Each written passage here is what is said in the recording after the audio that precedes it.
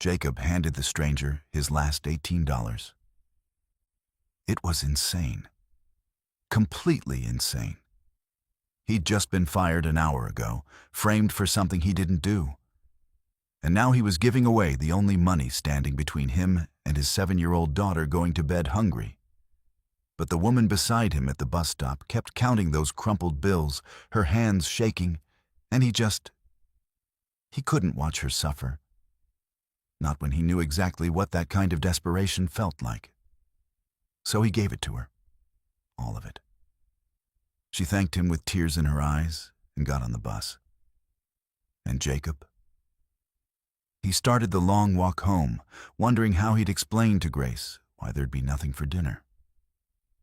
The next morning, someone knocked on his door. When Jacob opened it, his heart stopped. 5 black SUVs lined the street outside his apartment. Men and women in expensive suits were stepping out. And walking toward him, dressed like she owned half the city, was her. The woman from the bus stop. Only now, she looked like someone who could buy and sell his entire neighborhood without blinking. "We need to talk," she said. What happened next? Jacob's life was never going to be the same. Before we continue, let us know in the comments section where in the world you're tuning in from. We love seeing how far our stories reach. And if this story speaks to you, don't forget to like, share, and subscribe. Jacob hadn't eaten since yesterday morning. His stomach had stopped growling hours ago. Now it just felt hollow, the same way everything else did. He walked through the dark streets, replaying the moment over and over. Marcus standing there with that smug look. Tina refusing to meet his eyes.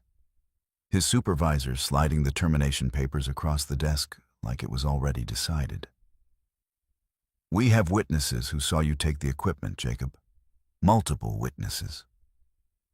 He'd never stolen anything in his life. But who was going to believe him over 2 people willing to lie? The bus stop appeared ahead, lit by a single flickering street light. Jacob dropped onto the bench and let his head fall back. His daughter, Grace, was waiting. Sweet, trusting Grace with her gap-toothed smile and her drawings of their family. Always 3 people, even though it had only been 2 for 3 years now. How was he supposed to tell her? A woman sat down beside him. Jacob barely noticed at first. Then he heard her breathing, quick, panicked, the kind that comes right before you fall apart completely. He glanced over. She was maybe late 30s, dressed in jeans and a shirt that had seen better days. Her hands were shaking as she counted a handful of bills and coins. Once, twice, 3 times. Each time, her face fell a little more. "Excuse me," she said quietly. Her voice cracked. "I'm so sorry to bother you, but do you have any change? I'm short for the bus fare." Jacob looked at her. Really looked at her. There were tear tracks on her cheeks. Her eyes had that glazed, desperate look he'd seen in his own mirror too many times. He pulled out his wallet. $18. That was it. That was everything. If he gave it to her, he'd have to walk the 4 miles home. Grace would ask why he was so late. Mrs. Kate would worry. And tomorrow there'd be nothing for breakfast. But this woman was breaking right in front of him. Jacob held out the money. "Here, take it." She stared at the bills like they were a lifeline. "I can't. That's too much. I just need—" "Please," Jacob said, "just take it." Her hands trembled as she accepted the money. I don't even know what to say. Thank you doesn't feel like enough." "It's okay," Jacob said, even though it wasn't. Even though he had no idea how he'd make it through tomorrow. "I'm Charlotte," she said, wiping her eyes. "I'm not usually... tonight's been..." She couldn't finish. "Jacob, and I get it. Bad nights happen." The bus pulled up with a hiss of brakes. Charlotte stood, clutching the money. I'm going to pay you back. I don't know how yet, but I will. I promise. Jacob nodded, not believing her. People always said things like that. They never followed through. That was just how the world worked. Charlotte got on the bus, and it drove away, leaving Jacob alone under the broken streetlight. 4 miles, in the dark, on an empty stomach. He started walking. Grace was already asleep when he finally made it home. Mrs. Kate had fed her dinner, mac and cheese, she said, and stayed late without charging extra. She was good like that. One of the only good things left in Jacob's life. Jacob stood in Grace's doorway, watching her sleep. She had his wife's nose, Sarah's way of curling up on her side with one hand tucked under her cheek. I'm sorry, baby, he whispered. I'm so sorry. He didn't sleep that night, just sat at the kitchen table, staring at the stack of bills he couldn't pay, wondering what came next. Maybe there was construction work. Day labor paid cash. It wouldn't be enough, but it would be something. The knock came at 8 in the morning. Jacob had been awake for hours, nursing his 3rd cup of watered-down coffee. Grace was eating cereal, the last of it, and humming a song from school. I'll get it, Jacob said, expecting Mrs. Kate or maybe the landlord coming early to remind him rent was due. He opened the door and froze. 5 black SUVs lined the street. Actual SUVs, the kind with tinted windows and chrome that caught the morning sun. People in suits were standing beside them, men and women, who looked like they'd stepped out of a corporate magazine. And walking up his cracked sidewalk, dressed in a charcoal suit that probably cost more than his rent, was Charlotte, the woman from the bus stop. But she didn't look anything like the broken person who'd counted change with shaking hands. She looked powerful, confident, like someone who could make or break lives with a phone call. Hello, Jacob, she said. His mouth wouldn't work. He just stood there, aware of how shabby his apartment must look, how he was still in yesterday's clothes, how Grace was calling from inside, asking who it was. Can we talk? Charlotte asked. I promised I'd pay you back. Jacob finally found his voice. You didn't have to. It was just. He gestured helplessly at the SUVs. What is all this? My security team, my assistant, my attorney. Charlotte smiled, but it didn't reach her eyes. Can I come in? Jacob stepped aside, his mind reeling. Grace appeared in the hallway, her eyes going wide. Daddy, who are all those people? Hey, sweetheart, Charlotte said, crouching down. I'm Charlotte. I'm a friend of your dad's. You're pretty, Grace said. Do you like soccer? I have a game on Saturday. Grace, Jacob said, why don't you finish your breakfast? Charlotte waited until Grace skipped back to the kitchen. Then she turned to Jacob, and her professional mask cracked just a little. Last night, I was robbed, she said quietly. They took my car, my phone, my wallet, everything. Left me stranded downtown with nothing. I'm sorry, Jacob said. That's terrible, but I own a marketing firm, Lancaster and Associates. Maybe you've heard of it? She didn't wait for an answer. 50 employees, 15 million in annual revenue. Last night, someone set me up. Someone close to me wanted me vulnerable, wanted me gone, and they almost succeeded. Jacob's head spun. I don't understand. Why are you telling me this? Charlotte's eyes locked on his. Because when I had nothing, when everyone else walked past me like I was invisible, you gave me everything you had. A complete stranger. You gave me your last dollar. It was $18, Jacob said weakly. It was everything, Charlotte corrected. And now I want to know, why? Why did you do it? Jacob sank onto the couch. I don't know. You looked like I felt, like the world had just taken everything and you were barely hanging on. I couldn't just walk away, even though you'd just lost your job. Jacob's head snapped up. How did you? I do my research, Charlotte said. I know you were fired yesterday. I know it wasn't your fault. And I know you're raising your daughter alone. She sat across from him. Tell me what happened. So he did. The whole miserable story spilled out. Sarah's death, the struggle to keep Grace fed and clothed, the job that barely paid enough, Marcus and Tina's lies, the termination he couldn't fight. Charlotte listened without interrupting. When he finished, she was quiet for a long moment. I need someone I can trust, she finally said. Someone with integrity. Someone who does the right thing even when it costs them everything. She leaned forward. Come work for me, Jacob. Help me find out who betrayed me, and let me give you the second chance you gave me. Jacob stared at her. You're offering me a job? A real one. Full benefits. Salary that'll let you take care of Grace the way she deserves. Charlotte's expression softened. I'm not doing this out of pity. I'm doing it because last night you showed me who you are. And that's exactly who I need on my team. Grace appeared in the doorway again, staring at Charlotte with wide eyes full of hope. Jacob looked at his daughter, then at Charlotte, then at the life he'd been trying so hard to hold together with both hands. Okay, he said. Yes, I'll do it. Charlotte smiled, a real smile this time. Good, because we have a lot of work to do.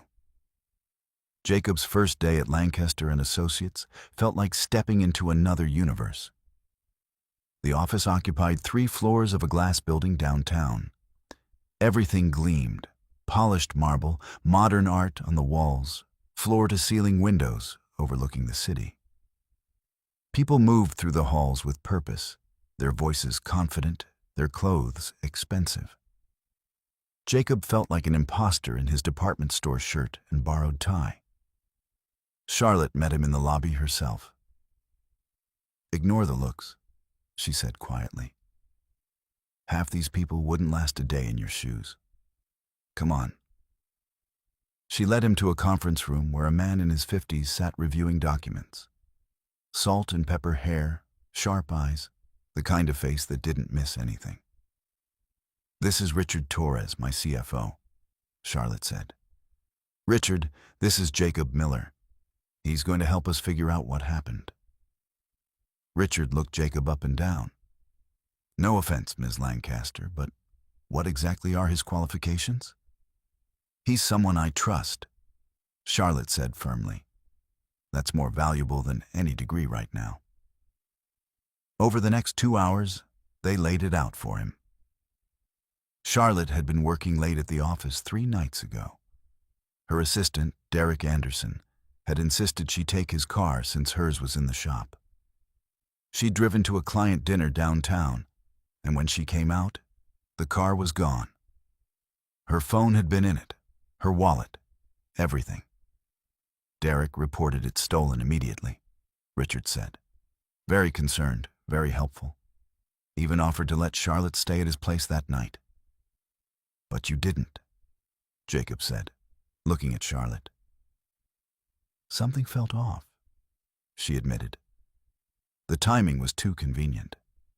And when I checked my credit cards the next morning, someone had tried to use them at 3 different locations. Like they were testing the limits before the accounts got frozen. Jacob leaned back. You think Derek set it up? I think someone did, Charlotte said carefully. And Derek's the obvious choice. But I need proof before I accuse him. He's been with me for 4 years.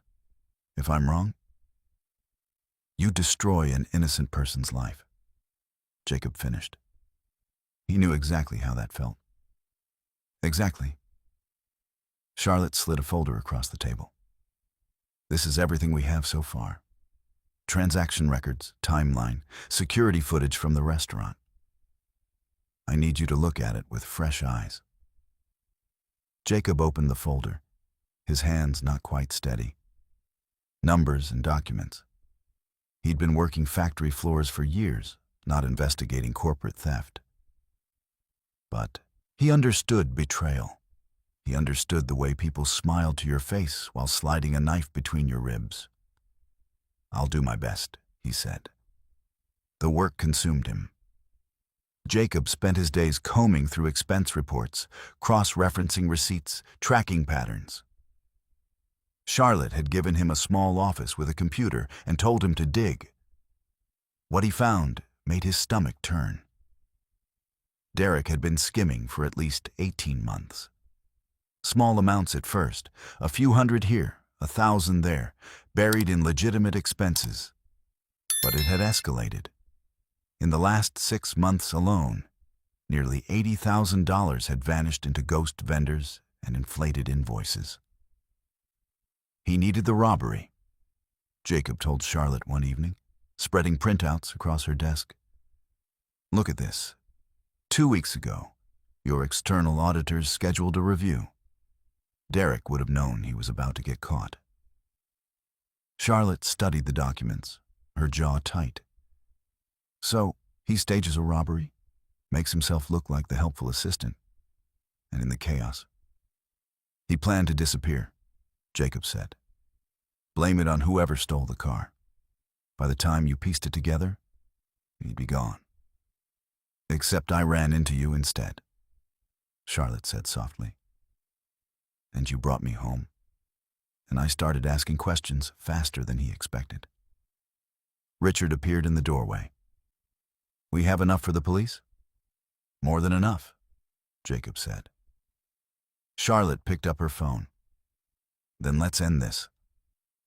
The police arrested Derek the next morning. He'd been planning to leave the country that weekend. They found the tickets on his computer.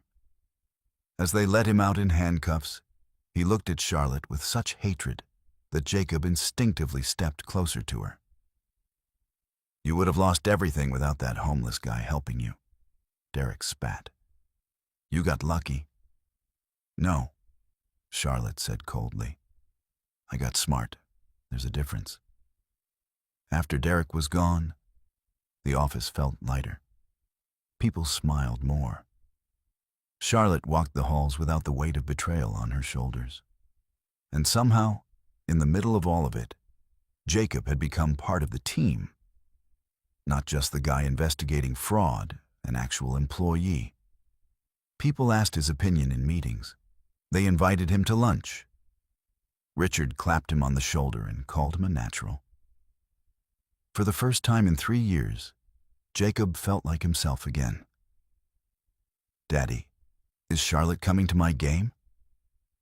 Grace bounced on her toes, her soccer uniform slightly too big, her cleats tied in uneven bows.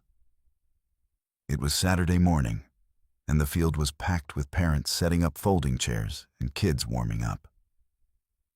"I don't know, sweetheart," Jacob said, even though Charlotte had promised she'd try. "She's really busy." "But she said she wanted to see me play." Charlotte had been spending more time with them. Dinners after work, once or twice a week.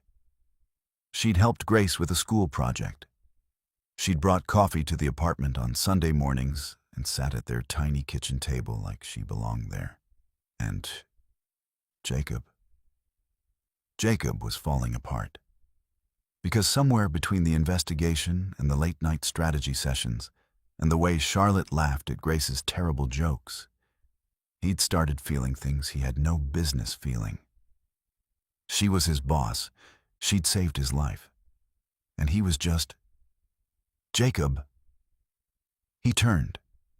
Charlotte was jogging across the parking lot, dressed in jeans and a sweater, her hair pulled back, looking nothing like the CEO who commanded boardrooms. Grace shrieked and ran to her. Charlotte scooped her up, spinning her around. "You came," Grace said. "Of course I came. I promised, didn't I?" Charlotte set her down and looked at Jacob. "Sorry I'm late. Conference call ran long." "It's Saturday," Jacob said. Tell that to the clients." She smiled, and something in Jacob's chest twisted. "Come on, I want good seats for this." They sat together on the bleachers, Charlotte cheering louder than anyone when Grace scored a goal in the second half. Afterward, they got ice cream, Grace's choice, and walked through the park while Grace ran ahead, still buzzing with energy. "She's amazing," Charlotte said. "You're doing an incredible job with her." "I'm trying," Jacob said. "Some days are harder than others." "I can imagine." Charlotte was quiet for a moment. "My parents divorced when I was 8. My dad disappeared, just gone one day. My mom worked 3 jobs to keep us fed." She watched Grace climb a tree, fearless. "I built my company because I never wanted to feel that powerless again. But watching you two, I think maybe I've been missing the point." "What do you mean?" "Power doesn't mean anything if you're alone," Charlotte said softly. "You have something I've been chasing my whole life. You have family, love, purpose beyond a profit margin." Jacob's heart hammered. "Charlotte, Charlotte, look," Grace called. "I'm a monkey." The moment broke. Charlotte laughed and waved, but when Jacob glanced at her, she was still looking at him, and the air between them felt electric. They were in dangerous territory now, and Jacob had no idea how to step back. Over the next month, the lines blurred completely. Charlotte came to every soccer game. She taught Grace how to braid hair, something Jacob had never mastered. She brought groceries when she visited, fancy things Jacob couldn't afford, and pretended it was no big deal. Grace started drawing pictures of 3 people again: her, Daddy, and Charlotte. And Jacob was terrified. Because he was in love with her. Completely, irreversibly in love. And he had no idea if she felt the same way, or if he was just a charity project that had gotten out of hand. He couldn't risk it. Couldn't risk losing the job that had saved them. Couldn't risk Grace getting attached to someone who might walk away. But every time Charlotte smiled at him, every time her hand brushed his, every time she looked at Grace like she was something precious, Jacob was drowning, and he didn't know how to save himself. Before we continue, we need your opinion. What would you do if you were Jacob? Should he risk everything and tell Charlotte how he feels? Or is confessing to your boss, who saved your life, a terrible idea that could cost him everything? Drop your thoughts in the comments right now. We want to know what you think Jacob should do. And if you haven't already, please like, share, and subscribe. The breaking point came on a Tuesday. Grace had drawn another picture at school. Her, Jacob, and Charlotte holding hands under a rainbow. She'd written "My Family" across the top in wobbly letters. "Can I give it to Charlotte?" Grace asked at dinner. "I made it special for her." Jacob stared at the drawing, his throat tight. "Sure, baby. She'll love it." But after Grace went to bed, Jacob sat alone in the dark, that picture on the table in front of him, and realized he couldn't keep doing this. Couldn't keep pretending. Couldn't keep letting Grace build a fantasy that might shatter. He had to tell Charlotte the truth, even if it meant losing everything, even if it meant breaking his daughter's heart. Saturday came with perfect weather. Sunshine, clear skies, the kind of day that made everything feel possible. Grace's team was playing their rivals, and the stands were packed. Charlotte arrived early, carrying a poster she'd made with Grace's jersey number on it. Grace screamed with delight when she saw it. "You made that for me?" "Of course," Charlotte said, grinning. "Now go out there and show them what you've got." Grace ran onto the field, and Charlotte settled beside Jacob on the bleachers. She was wearing jeans and a blue sweater that matched her eyes, her hair loose around her shoulders. She looked happy, relaxed, more beautiful than Jacob had any right to notice. "She's been talking about this game all week," Charlotte said. "Apparently Tommy Henderson said girls can't play soccer as good as boys, and Grace took that personally." Jacob laughed despite his nerves. "That sounds like her." They watched the game in comfortable silence for a while. Grace was playing forward, darting around defenders with fierce determination. Every time she touched the ball, Charlotte jumped up, cheering. In the second half, Grace scored. A perfect shot to the bottom corner that left the goalkeeper diving too late. Charlotte grabbed Jacob's arm, shaking him. "Did you see that? Oh my God, did you see that?"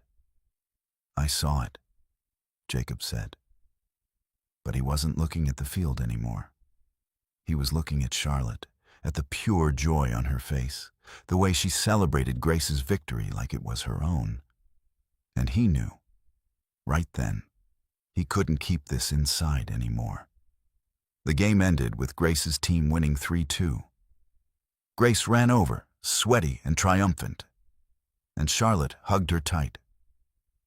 "You were incredible out there." "Did you see my goal, Daddy?" "I saw it, baby. I'm so proud of you." Jacob's voice came out rough.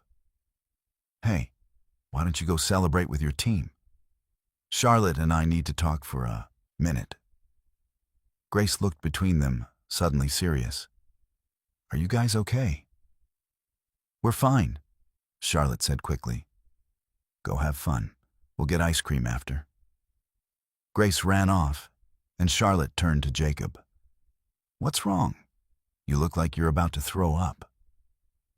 "I need to tell you something," Jacob said. His hands were shaking. "And I need you to let me get through it before you say anything, okay?" Charlotte's smile faded.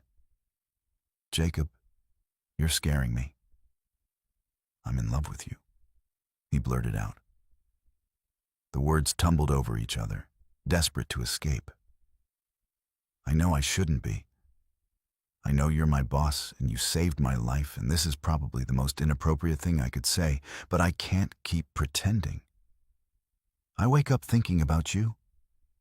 I go to sleep thinking about you. Grace draws pictures of the three of us like we're a family, and every time she does, my heart breaks a little more because I want that so badly it hurts." Charlotte stood frozen, her eyes wide. "I understand if this changes everything," Jacob continued. "I understand if you need me to resign. I'll do whatever you want. I couldn't keep lying. Not to you. You deserve the truth." The silence stretched between them. Parents were packing up around them. Kids were running past. But Jacob's entire world had narrowed to Charlotte's face. "Are you done?" she finally asked. Jacob nodded, not trusting his voice. Charlotte stepped closer. "Good, because I've been waiting 2 months for you to say that." "What?" "Jacob Miller, you are the most frustrating man I've ever met." Her eyes were bright. "Do you think I go to every soccer game for just anybody? Do you think I spend my Sundays in your tiny apartment drinking bad coffee because I'm being charitable?" You thought wrong," Charlotte said. "I've been in love with you since the day you handed me that money at the bus stop. Since the day you looked at me like I was a person who mattered, not a transaction or an opportunity. And every day since then, I've been trying to figure out how to tell you without making things weird at work." Jacob's brain had stopped working. You love me?" "Yes, you idiot." Charlotte laughed, and it sounded like crying. "I love you. I love Grace. I love the way you make terrible pancakes on Sunday mornings, and how you always put her needs before your own, and how you're kind even when the world has given you every reason not to be." "Charlotte," she kissed him. Right there on the bleachers with half the soccer parents watching, Charlotte grabbed his face and kissed him like she'd been holding back for months. And maybe she had been. Maybe they both had. Jacob kissed her back, his hands in her hair, his heart hammering so hard he thought it might break through his ribs. She tasted like hope, like second chances, like everything he'd been too afraid to want. When they finally broke apart, Grace was standing 3 feet away, her mouth hanging open. "Does this mean Charlotte is my new mom?" Charlotte burst out laughing. Jacob buried his face in his hands. "How about we start with girlfriend and see how it goes?" Charlotte said, pulling Grace into a hug. "Can we still get ice cream?" "Absolutely." 1 month later, Jacob proposed. It wasn't fancy. No restaurant, no elaborate plan. Just the 3 of them in the park where they'd walked that first day after Grace's game. Grace had picked wildflowers and woven them into a crown for Charlotte. And when Charlotte put it on, laughing, Jacob realized he couldn't wait another second. He got down on one knee right there in the grass. "I don't have a ring yet," he said, "and I know this is fast, but I've lost enough time in my life. I don't want to lose any more. Charlotte Lancaster, will you marry us?" Charlotte's hands flew to her mouth. "Us?" Grace nodded seriously. "We're a package deal." "Then yes," Charlotte said, tears streaming down her face. "Yes, I'll marry you. Both of you." Grace shrieked and tackled them both, and they collapsed in a heap on the grass, laughing and crying and holding on to each other like they'd never let go. The wedding was small, just close friends and family in Charlotte's backyard. Grace was the flower girl, taking her job very seriously, scattering petals with intense concentration. When Jacob saw Charlotte walking toward him in her simple white dress, her eyes locked on his. He thought about the night at the bus stop, the night he'd given away his last $18 because he couldn't stand to watch someone suffer. He'd thought he was giving her everything he had. But really, she'd been the one giving him everything. A job, a future, a family, a life worth living again. "You okay?" Charlotte whispered when she reached him. "I'm perfect," Jacob said. And for the first time in 3 years, he meant it. 6 months later, they were walking through that same park, Jacob, Charlotte, and Grace. The evening sun painted everything gold, and Grace was running ahead, chasing butterflies. "Daddy, look. Charlotte, come see." Charlotte squeezed Jacob's hand. "She's going to be a scientist, or an explorer, something that involves running everywhere." "As long as she's happy," Jacob said. They walked in comfortable silence, watching their daughter discover the world. Jacob thought about everything that had led to this moment. The job loss that had felt like the end. The stranger on the bench who'd needed help. The choice to give when he had nothing left to give. "You know what's funny?" Charlotte said. "If Derek hadn't set me up, if I hadn't been robbed that night, we never would have met." "Don't give him credit for this," Jacob said. "I'm not. I'm just saying.